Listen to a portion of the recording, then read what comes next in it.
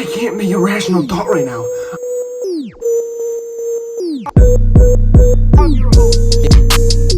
And welcome back to This is the Unbearable Podcast.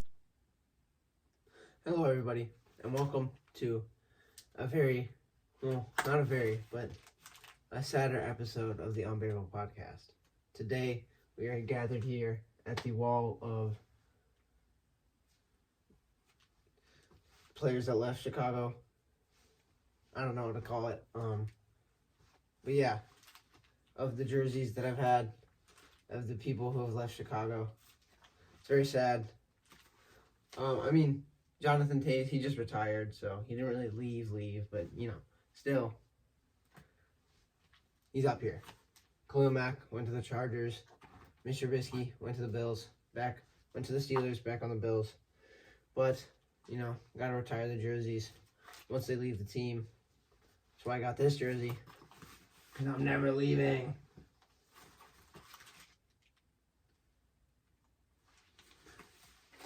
There's a pen at my feet, bro. Sorry for that distraction. We are gathered here with Mike Ditka and, oh my god, I can't pick this up with one hand, dude. The Unbearable Bear to, you know, commemorate their careers. Obviously, starting off, the first player, we already went over this, Darnell Mooney. He was my favorite player. He got drafted, I think in 2020, 5th round. You can still see it. It's blocked, but, you know, whatever. It's fine. He was one of my favorite players. He was a very electric player. Had an 1,000-yard season.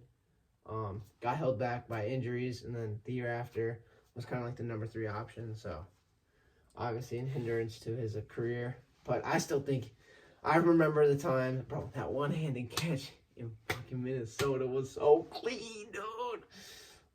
He was just a great player. But yeah, I think, I know he's one of my favorite players.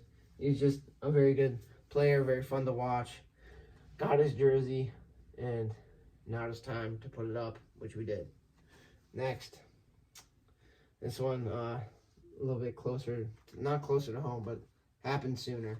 Justin Fields. I know it's not a jersey. I'm not made of money, okay? But whatever. We still hang him up. Next is Trubisky.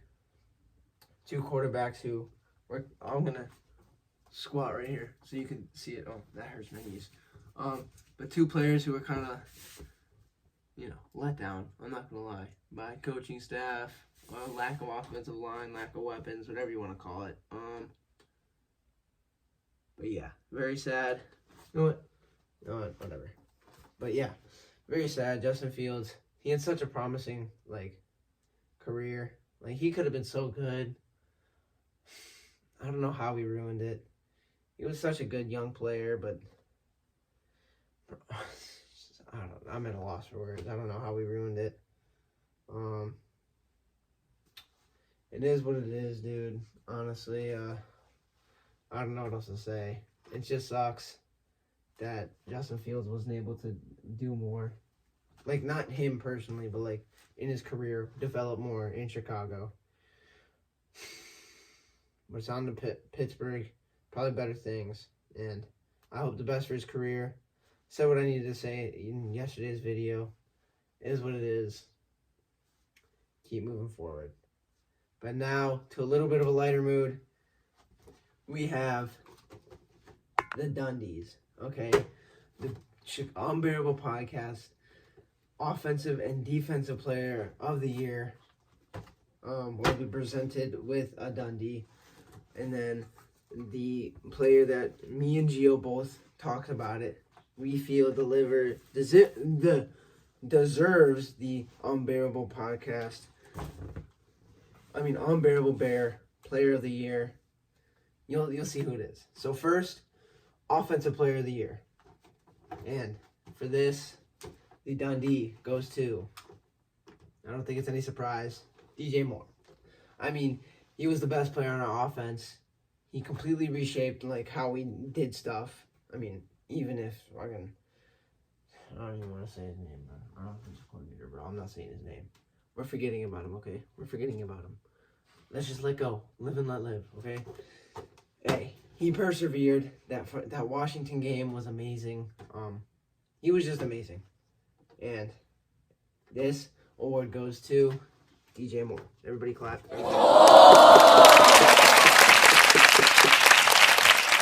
Next, the Defensive Player of the Year.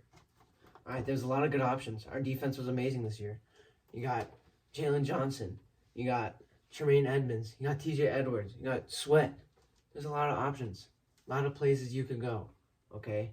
But we are going with Jalen Johnson. Please accept your Dundee. Defensive Player of the Year, okay? So, some of you may be asking, now Montez Sweat, hear me out. I feel like our secondary, he was a leader. He was a leader on our secondary.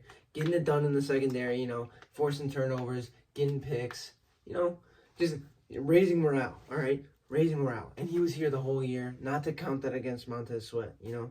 He was here the whole year. He was able to, you know, build a culture of turnovers, get stuff done, and he got a contract extension for it.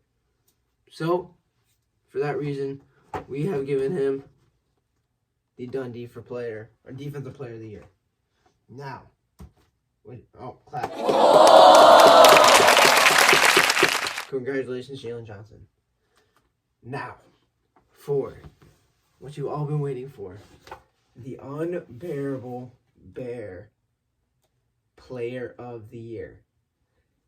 The Unbearable Podcast presents this to Montez Sweat. Please come and take your award. Everybody clap. Everybody clap. This is a very first ever Unbearable Podcast Player of the Year goes to Montez Sweat. You know, the Sweat effect, it was a real thing. Ever since he came over from the trade deadline, our defense, you could see it was night and day. It was night and day. He was a leader. He was able to bring back, like, the freaking monsters of the Midway, okay? And he had a defense that Duck Coach will be proud of, okay? So, for that reason, we gave him MVP, Player of the Year, Unbearable Podcast Player of the Year. And I think no one deserves it more. And, hey, Caleb Williams, it's your time. It's unfortunate to see Justin Fields and Mooney go, but they needed to move on. We needed to move on. It's time for a new era. It's time to usher in the Caleb era. And until next time, don't forget to bear down.